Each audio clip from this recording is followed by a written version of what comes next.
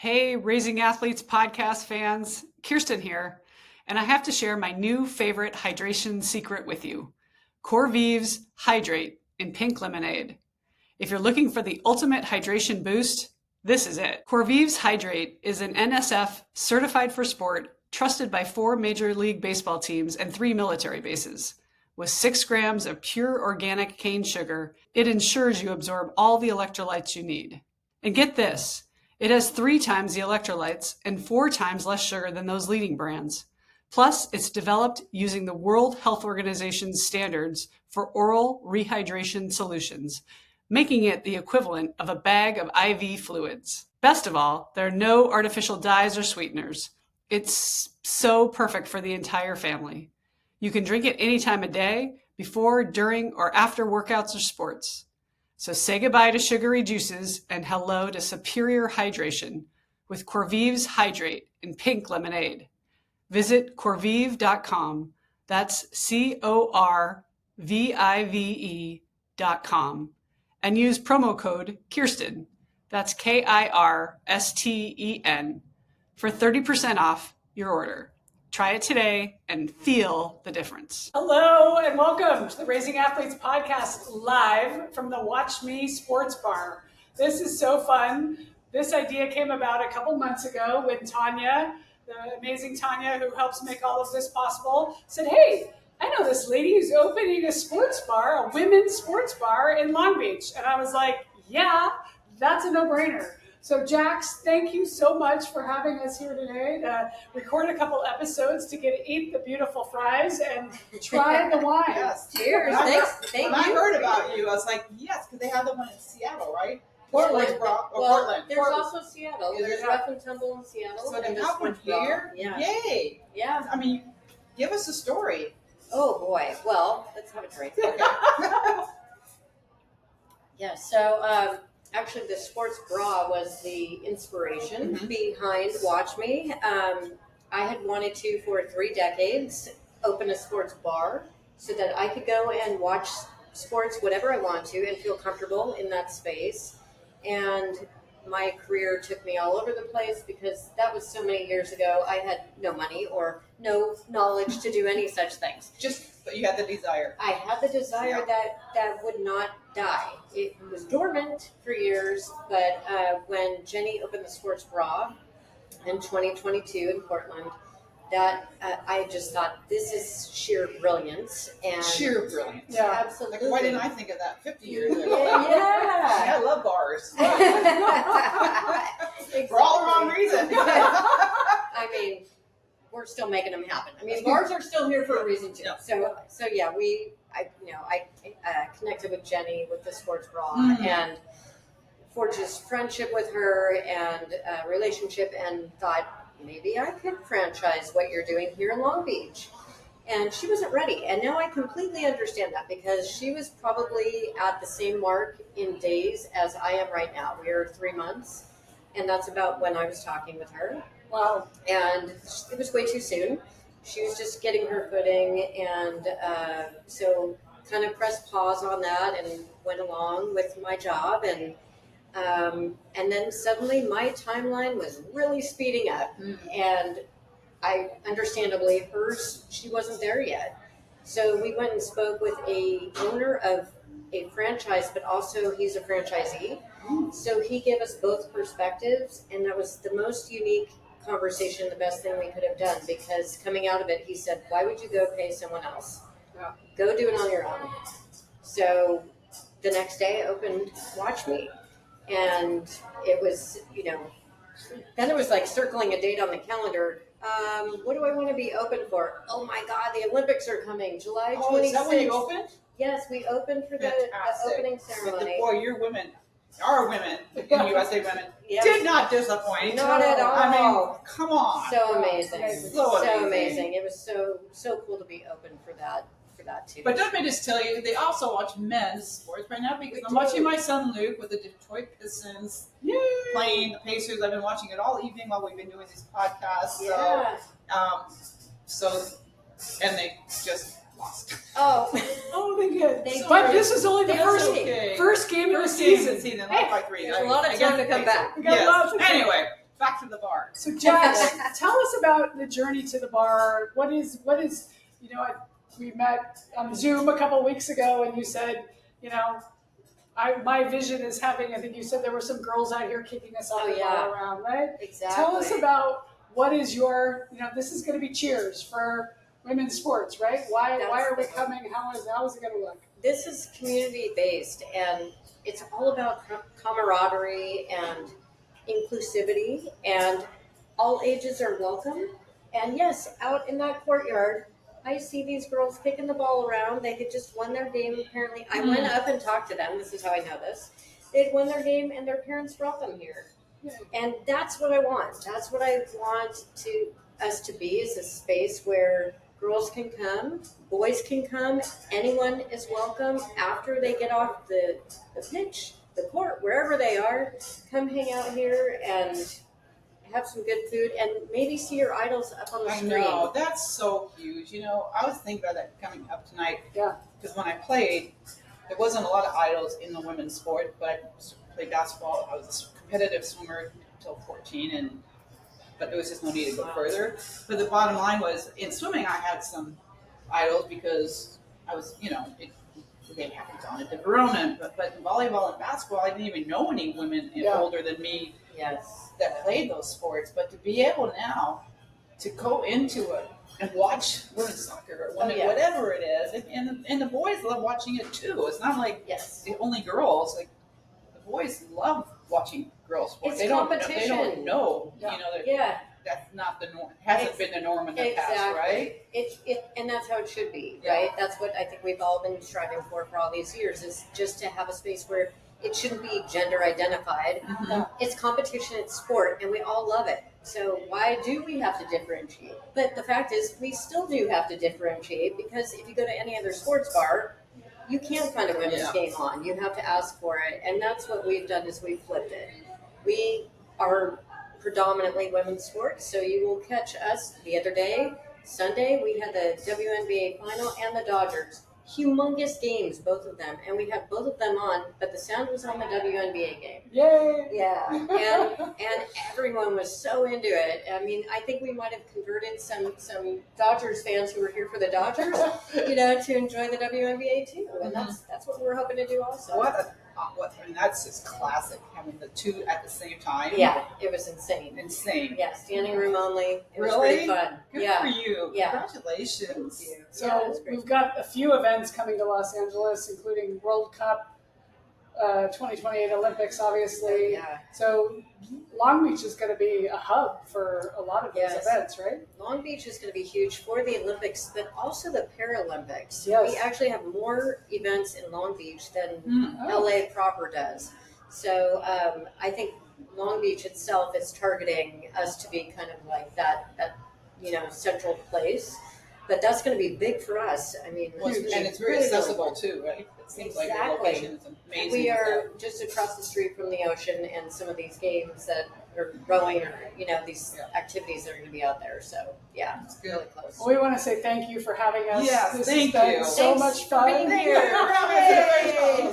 Thanks for being here. We'll come back anytime. Yeah, yes, please. We would love to make this a quarterly thing. So any WNBA, MS, Major League Soccer women, anybody pro athletes that want to come, even maybe we'll get some of these Pilates people from across the way who want to come talk to us about sports and how important it is for us to invest in women in sports. What we know is 73%, no more, of C-suite women played sports growing up, right? So we want our girls to be athletes for life, because less depression, less anxiety, less overwhelm, more connection. And that's what sports has given me, right? It was an amazing tool to be a bridge to everything that I've done in life, honestly. And for me, because I'm still doing sports, doing all the sports as a kid, it just keeps coming back. It just keeps giving back.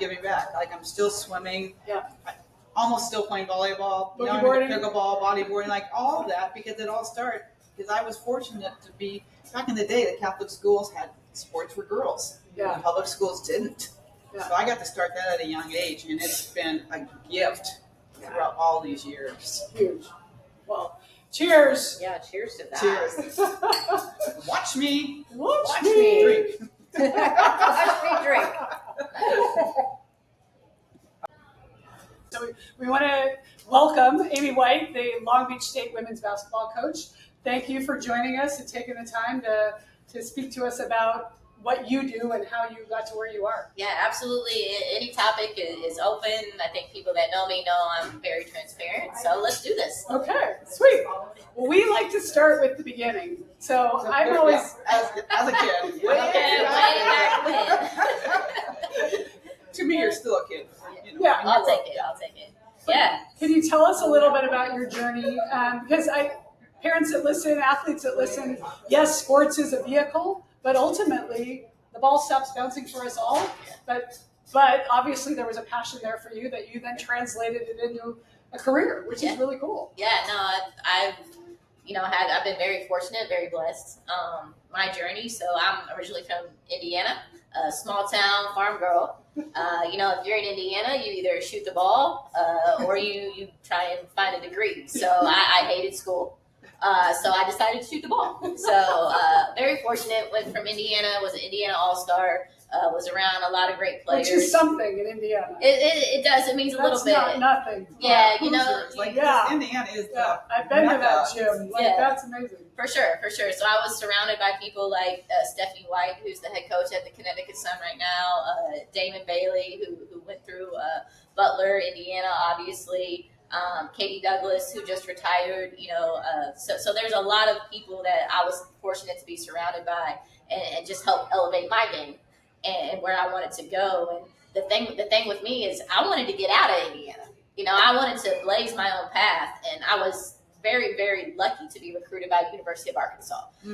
So they had a head coach named Gary Blair. He's in the Naismith Hall of Fame.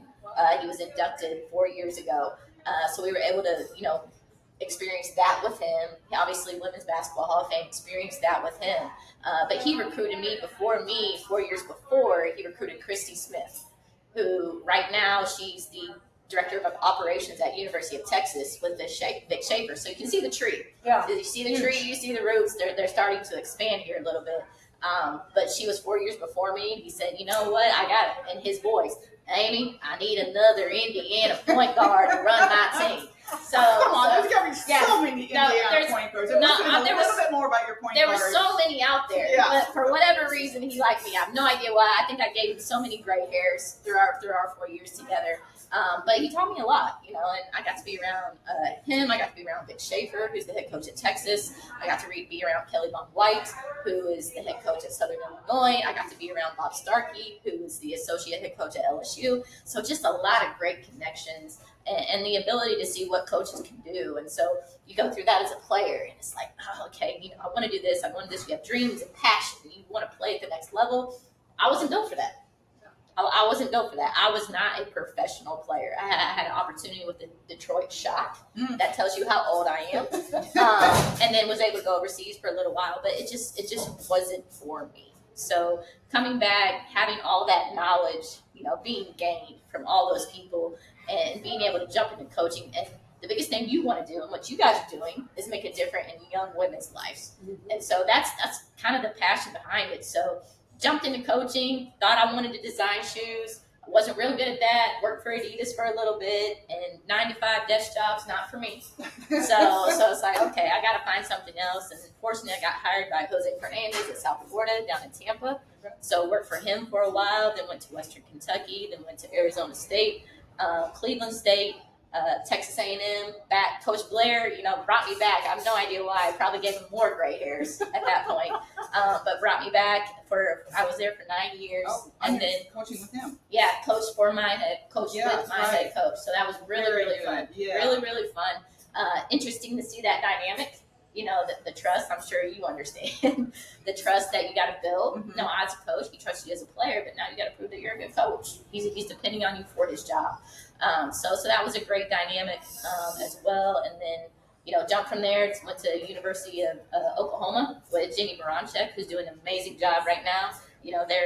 She's had 2 conference championships in 2 years. Like, who does that? She came from Drake. So really learned a lot from a lot of these people. And now year 2 here at Long Beach State, out on the West Coast. So just excited to be here and, try and implement everything that I know and just share knowledge. I hear two themes in your life. One, you say yes to adventure. Is there a place you haven't lived? I mean, yeah, probably where you, Maine, Montana, Maine, and Montana, and Vermont.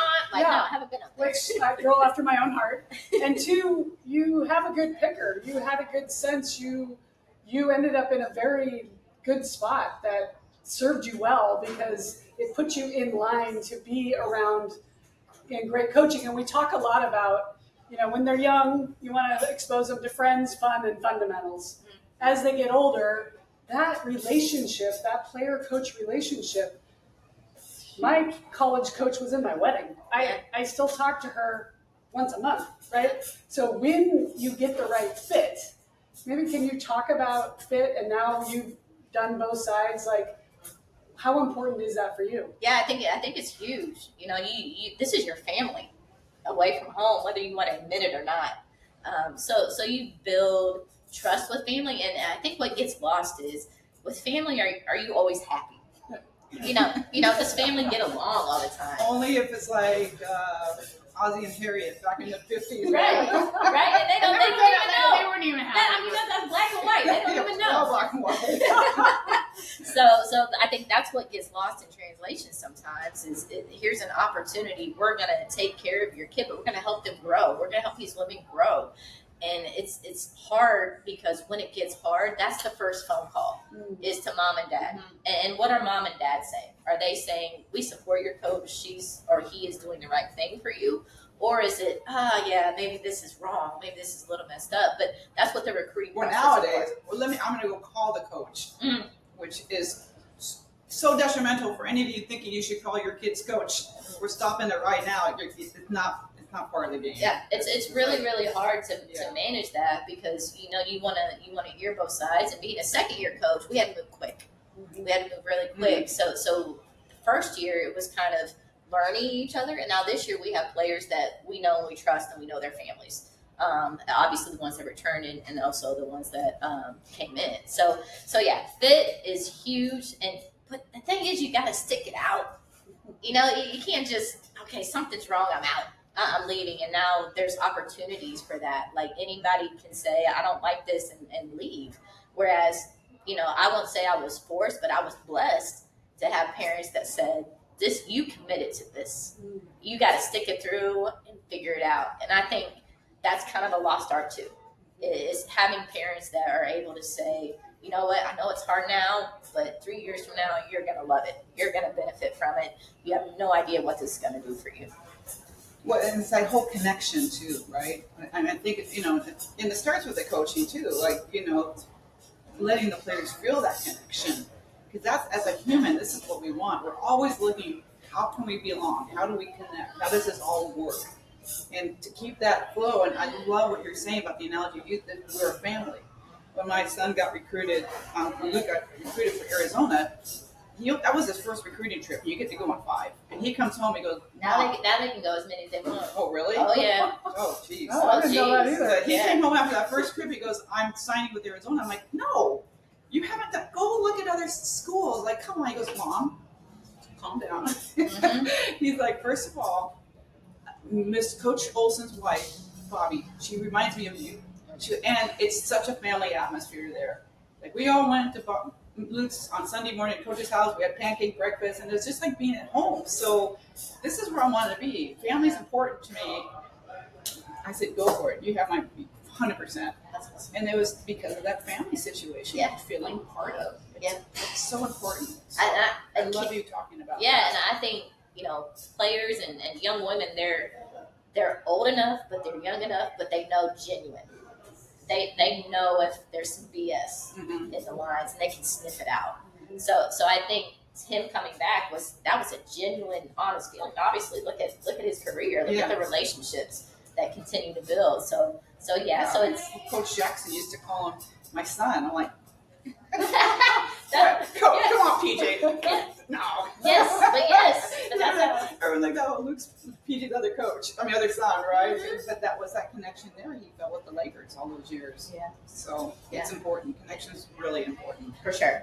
And it can be not always a lovely kumbaya moment in No. any family situation. It's crazy because you think like everything is like a first date and it's gonna feel great. Like everything's not a first date. Like we go to the prom in March. That's our prom. Yeah. That's when we're having a good time. Nice. We're getting the heels on. We're doing all the things, the makeup and the hair. But throughout that, building that relationship for that person to say yes. Why are they going with it? And you got to remind them of why they said yes. Like, Why? yeah. Like what's the why? What's your motivation behind coming here and wanting to be a difference? And we have to constantly remind our young women, like, okay, you say you want to do this. I'm here to push you to do this. Has this changed? No, coach. No, it hasn't. Well, okay, then we're going to keep going. Because we have goals. You have goals. We have dreams. You have dreams. Let's make your dreams happen. Conversation. Good. Yeah. So we talk about family, and when you're recruiting, what are the things yes, you need talent. You need, you see the athleticism or not. You see their drive or not. But what are the intangibles that when you're recruiting, and for parents who are listening, we talk about this a lot, that it needs to be their dream. What are your litmus tests to see if she's all in and it's her dream and she's going to be a good fit for you? Yeah, I think I asked them their why. What makes you motivated? Because at some point you're not going to like me. At some point you're going to be like, coach is crazy. I don't understand. But what's going to keep you motivated and going through it? And a lot of the young women that we recruit, they say it's family. They say like their current family, like they want to make them proud. So they have a connection with people already. So that's something we can build on, is that, okay, if you really want that, opportunity is there. So my program is, and my staff's program is not somebody that, okay, we got our 6 kids. That's our only 6 kids. We're going to develop you guys. We're going to play all 15. We're going to play. You're going to have an opportunity to play with all 15 kids. And just go, what do you do with that? What do you do with that? Also just kind of figuring out, what are the other things that they do? Because I think that's really important. If somebody says, I'm here to hoop, I'm a hooper, I'm a baller, like, okay, you're going to burn out in 6 months.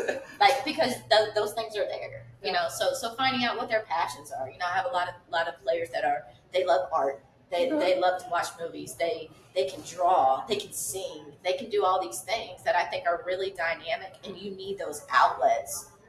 Other than just basketball. Yes, we're going to push you and we're going to make you the best player you can be, but what are the other things that balance you out? So I think those 2 things are really important. What's going to drive you when things are bad, and then what's your release, away from it? Because you cannot do basketball 24/7. You just can't. So when did you notice for yourself personally that you weren't going to go to the league? Like you weren't going to go, like what was that for you? Because there's how many people who, from high school to college, and college is pros, is very small percentage. But what was that moment for you that you're like, and what helped you make that transition? Yeah, I think the moment for me was in training camp when I was in Detroit, obviously, and their starting guard was Edwina Brown, and she played at Texas, and she was a seasoned veteran playing for the Detroit Shot. And I remember just getting minutes. All right, I'm excited. I'm coming in there, and she just beats the crap out of me. So like physically, I'm a baby compared to these women. And you got to be strong. You got to be, mentally tough. And at that point, I was like, okay, are you willing to invest the time and energy it really takes to be a pro? Because there's several stories out there of women that don't make it, go overseas and continue to work, and then do make it. Sydney Colson's a perfect example. She got drafted, but then didn't make her initial team. She spent 5 years overseas, and now she's with the Aces, doing a phenomenal job. Yeah. So there are those stories, but that's an investment. That's a commitment. And at that point, I just knew, like, okay, this isn't for me. How can I impact the game in a positive way and still be a part of it? And I knew coaching was always in the blood. My dad's a coach. My mom was a coach. So, they worked in the school system. Both teachers, my mom worked in the guidance department. So both basketball coaches? No, volleyball. Mom was volleyball. Dad is basketball. So did you play both? I had to. Was there really a choice? Was I going to eat dinner or not? So but yeah, you find your passion. That's the cool thing. I mean, we see so many players, specialized right now Yeah. at such an early age. They don't Yeah. get those opportunities. But going to a small school, in the middle of nowhere, Yeah. you kind of Yeah. get to explore. what you do, yeah. You get to explore. You probably get recruited to go run cross country. Yes. So do all the things. My mom would say the good thing about growing up in Montana is they need as many people for everything. So you can play on the basketball team and be in the band at halftime. There you go. Right? And be in the school play and be in the debate team, right? So there was a benefit to being jack of all trades. For sure. So you get to spread it Were around. you in the band? Yeah, I mean, not literally Guilty. at halftime, but yes. Guilty. Were Yeah. you? No. I was a band geek. Oh yeah, I played trumpet. I was in all girls school. We didn't have a band. I was in a choir. Oh, there you go. There you go. So yeah, it was just a realization that the amount of time commitment that it really takes to be a professional athlete was not for me, and I knew I could contribute in different ways that I was So passionate did about. you came up with it? No one came to you and said, "Listen, again, this is important, you just came up with that. You saw that. It's real. You read the writing on the wall. Yeah, I can read a room. Yeah. I can read a room. Like they're bored. They're not even listening to us right now. But he's on We this are one really for me. exciting. Where I'm gonna call y'all out. Like you're not even listening. Come on. So let's talk about this moment in women's sports. And, the WNBA finals are the other night, and it felt like an NBA final when you're watching it. And then to see, is it Sue, the owner? What's her name? The owner of the wife standing up there and talking about, we were playing in a high school gym or whatever, a couple years ago, to see what happened at the NC2As in the Vegas ballroom. They were put up, right? Like, where do we see? I mean, we've made so many strides since even we played, since you played. Where do we see it going? What do you see the opportunity? Yeah, I mean, you see it really expanding. I think the cool thing is I was just having this conversation with a professional at Long Beach today. One of the men's basketball players, he runs Real Run here in Southern California, so it's equivalent to the Drew League. He runs it now for women, and he's like, some of your girls came and they played, and absolutely, we want them to get out there, but he was saying what a pickup it is for women's sports, because there are men that are investing in women's sports, and I think that's part of it. But you look at right now what's happening with the WNBA. You have Breanna Stewart and Nafisia going out, and they're trying to create their own league that is exactly the equipment because of collective bargaining. So they have these investors, these people that want to invest in a league that supports women as they should be paid.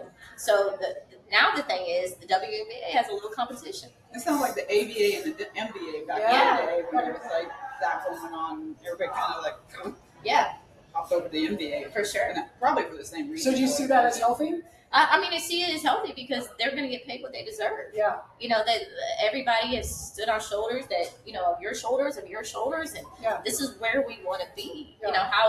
The thing is how is it managed?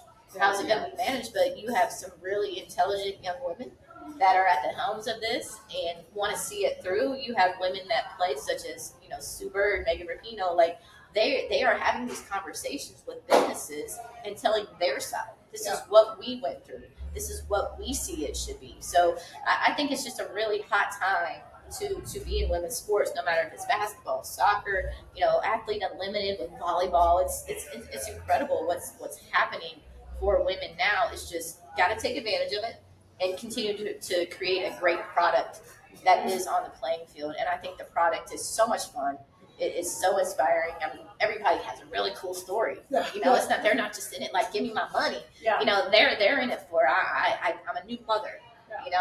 I adopted these kids. Like it's everybody has such a cool, heartfelt story that you can relate to. Which is why we watch the Olympics, because it's not necessarily for the outcome. It's the stories, right? Yeah. Yes. Olympics 2028, LA. Yeah, There you Long go. Beach, right? Long Beach. Yeah. Yeah, we're hosting a couple of events. So. Nice. Yes. Susie, you want to end? We'll wrap it up here. Maybe you end with our question that we ask everybody. So the athletes that you always have been working with, or you were, and what you've seen in the past and the present, like, what is the one thing you find, like one of the top athletes, like what is that one thing that you saw about that person or those people that that you can feel and see like they've got it? Yeah, that's a great question. I'm gonna have to go with And I'll tell you the story. So I was in charge of recruiting at Texas A&M. So they won a national championship in 2012. I come in 2013. I try to replace Johnny Harris, who's now the coach at Auburn. So that's a huge shoes to fill. So I'm 3 years deep, and we want to obviously you want to get back. You want to get back and win championships, and finding those kids that can really do that. So A&M didn't really recruit a lot out of Texas. So I'm like, okay, well, we got to find these right kids to come in. And so I went to Atlanta. So I'm in Atlanta probably every other weekend recruiting. And I go and I sit with this player. She's 6'3". She reminds me a lot like Niki Castle. Reminds me a lot, just physically, her game, everything. And so I sit with her and her dad in their principal's office and have a conversation about A&M. And this kid is like, you're my first visit, coach. I don't know. Like, what? Do you have any questions? I don't know. And her dad's just sitting here like this. Like, oh my God. Like just embarrassed. And so I get home and I have a message from her. I am so sorry. Can we have a redo? I said, well, if I invest the time to come out there, then you need to be prepared. Yeah. So go out there, watch a game, have the same conversation. And she's just asking these very specific, goal-minded questions. This is my goal. This is what I want. And I was like, okay, if you want it, then this is what I should see in the next 3 months. And she did it. Wow. So it's just having people that have the passion, that have the drive, and they're goal-oriented. And they're willing to make a mistake Ask her up. and come back and say, hey, give it to me. Give me a do-over. Give me a do-over. Yeah. So humility is huge. Love for the game is huge. And then also just work ethic is huge. And how did her career go at A&M? She ended up getting drafted. We won an SEC championship. We went to 2 Elite Eights with her. Pretty well. Ended up playing as a sophomore most of the time. So she right now she's currently was overseas for a while. Was in and out of training camps with the league. Was in and out of playing with the league for a little bit. Her name's India Jones. But right now she just finished law school. Wow.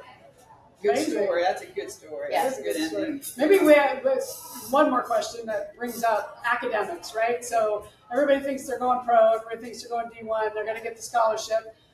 What advice do you have to parents and athletes about their academics, and how do you prioritize that? Yeah, as a coach, we're fortunate at Long Beach, and obviously Power Fives when you walk in, take advantage of summer school.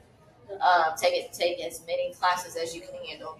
A lot of coaches are gonna, say you just need 1 or 2. If you're capable of taking more, do it. The young women that go to bigger schools, I would say you should get 2 degrees because they can afford it. Mid-majors can't afford it. We can't afford to pay for postgraduate degrees. I need 4-year kids that are going to graduate 4-year kids, but I would say a great example is Flage at LSU. She's almost done with her first degree. So go get those second degrees and just have in mind it's not just the degree, it's also the networking within that degree plan. So you're going to have your family in athletics, you're going to have your family with your coaches and their spouses, but create that other family, that other network that's outside of basketball that's going to help you propel whatever your degree is in. Because you never know who they know. Yeah. You really never know. Yeah, that's great advice. I love that. That's good. Thank you. Very good. Yay.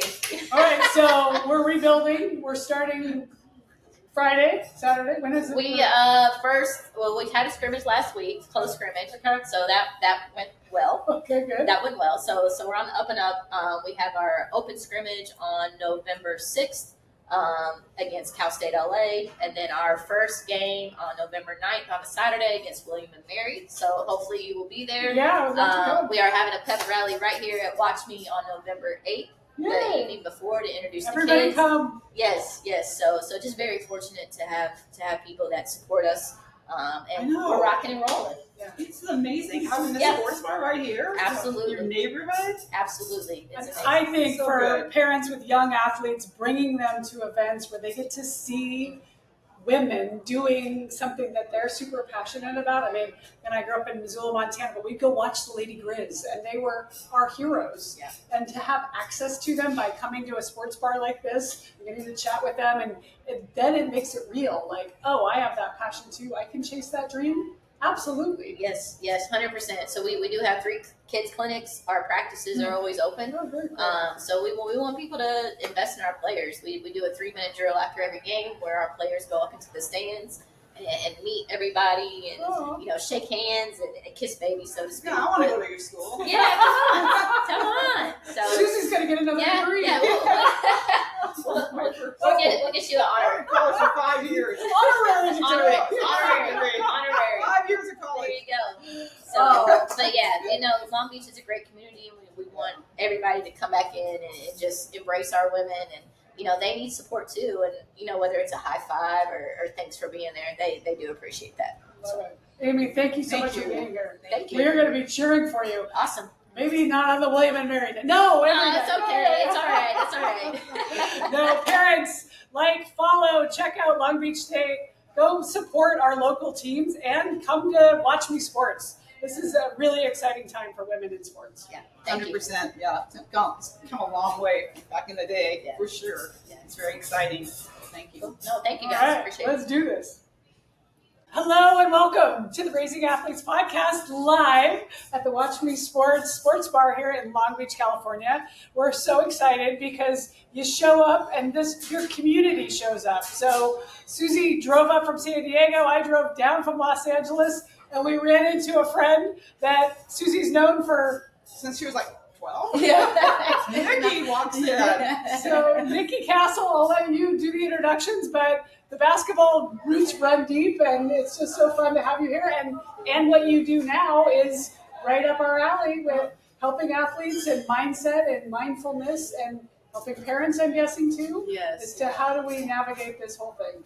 Yes, yeah. Well, 30 years ago, yes, I first met Susie at Stanley Rec in San Diego playing basketball. I was always on the boys' teams. I always played with all the boys, and so they did that. And then fast forward to high school. Well, so she was playing with my son Luke. Luke, sorry, Yeah, we're the same yeah. age. Luke and I are the same age, and so we would always play. And then you would come play us at Lohac Day, my varsity The moms. team. The moms would come in. They would scrimmage. They would Really? yes, Oh, there was yeah, we were a good. group of like 5 moms that would show. No, they were really we good. were called Fast Break. Yes. Our point guard was amazing. And Yeah, Niki would come and Luke and Yeah. a couple of Luke's friends and Christopher. And Yeah, everyone. And we loved playing. They were so good. They were so fast. And so, played basketball, went to Washington State after that. And Well, tell your story. So you Yeah. grew up in La Jolla. yes, yeah. And Grew up in La Jolla, decided I needed a change. Went to Washington State, beautiful, beautiful school. I love the campus, and I fell in love with the place, but I didn't know how different it would be and how much it would impact me personally. And so what I was kind of telling Susie about was that's when things started to kind of change for myself, being not just being an athlete, but noticing changes within myself. And it was 20 years later, after trying to be a sports reporter, working in marketing, kind of stumbling around life, struggling, that I was diagnosed with bipolar disorder. And that was after my second hospitalization. And a lot of people who know me are so surprised. They're like, not Niki, because, like I was saying, I grew up playing sports, full Vivacious, ride. Yeah, I'm in the Hall of Fame now. But the thing is that that's what I'm trying to help young athletes with, is the pressures that are on athletes, the things that the intangibles, the things that we can't even tell them about or prepare them for, but we also have these tools, these skills that can help along the way. So a lot of kids, what I've learned, their parents are trying to tell them this and that. They don't want to hear it, right? What teen wants to listen to their parent? And what I've learned is that as a mental health coach, I can come in and really help both of them, give the tools and skills that they need to help this athlete grow in a positive way. So, and it's not just about their sports, but for the rest of their life, having those tools and skills to navigate through situational challenges that come along in life. can you give us somewhat of an example of how that might look out in the real world? So mostly what I find are parents come and they say, I've got this kid, they're struggling. They don't know the words to put behind it. They don't know, but they know that they're seeing a change in their child. Then I talk to the child. My parents don't understand what I'm under. They don't know the pressures. They don't see what I'm seeing on, social media. They're not trying to get an NIL. So there's all these pressures that the kids have that a lot of parents, like myself, I have a young child, we don't understand. And so it's teaching kids about simple things like mindfulness, putting down the cell phone for a while, learning those tools, what works best, routines. So just kind of placing those things where it's not changing their whole life, but it becomes part of their life, part of their everyday routine. What were the big symptoms that you found when you recognized, I'm sure the diagnosis must have been a relief. It was. That's Right? a nice way to put it. Yeah, it was. I think the biggest things I noticed was I would go weeks without sleeping, like maybe an hour or two, and I would just go. And so in sports, you would see me and I'm killing it. I'm playing great. I'm, in the zone. I'm just on top of my game. Well, then a week later, I'm down in the dumps. I can't get up for practice. I'm late. I'm dragging. I have a bad attitude. So that's what it kind of looked like on the court and a lot of my coaches, they would tell me, just don't think, leave your brain out of it. Because that was the problem. I'd always be overanalyzing it. And then the other problem was I was inconsistent. There was games I went in against Stanford and I hit 4 threes in a row. And you would think, awesome, next game against Cal should be the same, right? No, I played terribly, and I played 3 minutes, and they yanked me. And so that was the inconsistency that came with my ups and downs. It's so amazing how this mental health, how it's finally coming to the forefront, right? Yeah. And it sounds like something a lot of people could have used a long time ago. And so, what made you decide this is what I want to do? I wanted to offer what I didn't have. Yeah. Right. As simple as that, because when I was growing up, if I had a problem, it was, get your head in it, or, shake it off, run it out, you're fine, you'll be okay. And looking back, I had signs even as young as 11 years old. I was at the Junior Olympics. And we're playing, it was a very important game in the semifinals. I couldn't get out of the locker room because I was sick to my stomach. 11 years old. And that's how I would, translate the stress. That's how it would manifest in my body, was just, I would get sick to my stomach or something. And so those were things that if people, I think, had the education that I hope to provide, and I try to, tell parents about that, if they had that, they would notice it in their own child. My parents didn't have that, unfortunately, and neither did my coaches. Yeah. It was, let's go. You're going until you basically pass out, It was tough. What advice would you give to parents who are seeing any of those signs? Where do you start? And that's another good question, because right now the mental health system is overloaded. Yeah. There are not enough psychiatrists. People are seeing where they can't get an appointment for 4 to 6 weeks. So there's a lot of things. What I can offer, though, is a lot of these things are situational. They are not something that may need, long-term medication. I myself, I'll be on medication for the rest of my life. A lot of these people, it's not that. It's getting through that situation. So what I tell parents, first and foremost, is let's really, get down to the nitty-gritty in terms of, when did this start? What did we see? Really start evaluating it and then dissecting it, because everyone wants to look up here.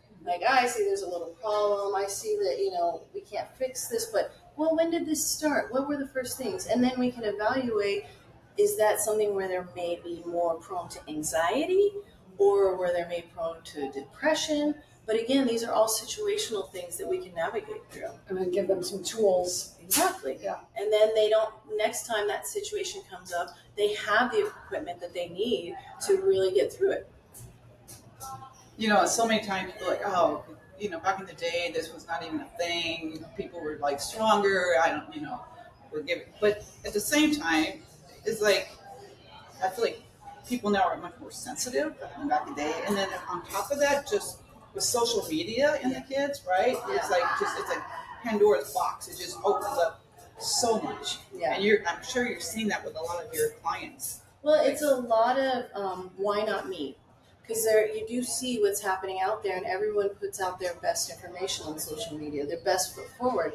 And so a lot of these kids are like, Why am I not getting a $5 million deal for NIL? Like, no, you're not Deion Sanders' kids. Like, and so there's a lot of that comparison, feeling that they're never good enough, in that comparison. But a lot of it too, it starts with the coaching. And I work with coaches as well. I'm starting a new program to tell them how to identify, how to be an advocate for your athletes, how to prepare them for the next steps, whether it's going off to college or, just going off into the real world. How do we equip them? Because they are a human being before they're an athlete. Exactly. And then even more so, they're a student before they're an athlete. So we have to remember those things when we're looking at our student athletes. So good to see you guys. We haven't seen each other for 30 years. Oh my gosh. Niki was like one of my kids back in the day. I always get to find you on the court. Yes, yeah. Where can people find you, reach out to you? Do you work only in person? Can they work with you online? Oh, yeah. Tell us everything. Well, Healing Minds Mental Health Coaching is the name of my company and my practice. I also, so they can find me through that online on Instagram, Healing Minds, coaching on Facebook. And then also I work with NAMI, the National Alliance on Mental Illness. I speak at high schools. I speak all around Southern California. So if you just look up Niki Castle, and you can find me there. I blog with a lot of different, International Bipolar Foundation. So really trying to use my platform, my story, to help others not make the same mistakes that I went through. So good. Yeah. Beautiful. Well, we don't want to let you go, but we're going to ask you the question we ask everybody. Oh, what's that? Yeah. So if you could answer it however you like, one word, a sentence, a paragraph, but how would you finish? The best athletes I know do this. Now, this is going to be a funny one because you guys won't like this immediately, but the best athletes are selfish. And the reason why is you have to take care of self first. And we have this negative, feeling about being selfish in society and sports and everything. It's gotten this negative thing. But if you can't take care of self first, you can't be a good teammate. You can't be a good classmate. You can't be a good, anyone. So I think in an odd way against what society tells us, being selfish is really I harmful. love that. Love that. Love Self-compassion. you and love that. Yeah. Thank you, Niki. Thank you guys so You're much so for this amazing. opportunity. It's fun to have you on, to be in this amazing bar. I and know, doing it. and I didn't even know. It was so funny. So my wife actually saw this, and she was like, "We should go to this event." And I said, "I know Susie." Like, oh my gosh, yes, let's go for sure. So Sweet. thank you guys so much. Parents, both check of you. out Niki Yes. Castle and Healing Minds, and like and follow and share and reach out. We all get an opportunity to grow when we learn from one another. So thank you so much for sharing your story. And let's do this. Let's do this. Thank you. Thank you guys. That was awesome. That was really great. Hey, Raising Athletes podcast fans, Kirsten here, and I have to share my new favorite hydration secret with you. Corvive's Hydrate in pink lemonade. If you're looking for the ultimate hydration boost, this is it. Corvive's Hydrate is an NSF certified for sport, trusted by 4 Major League Baseball teams and 3 military bases. With 6 grams of pure organic cane sugar, it ensures you absorb all the electrolytes you need. And get this, it has 3 times the electrolytes and 4 times less sugar than those leading brands. Plus, it's developed using the World Health Organization's standards for oral rehydration solutions, making it the equivalent of a bag of IV fluids. Best of all, there are no artificial dyes or sweeteners. It's so perfect for the entire family. You can drink it any time of day, before, during, or after workouts or sports. So say goodbye to sugary juices and hello to superior hydration with Corvive's Hydrate in pink lemonade. Visit corvive.com. That's CORVIVE.com. And use promo code Kirsten, that's KIRSTEN, for 30% off your order. Try it today and feel the difference.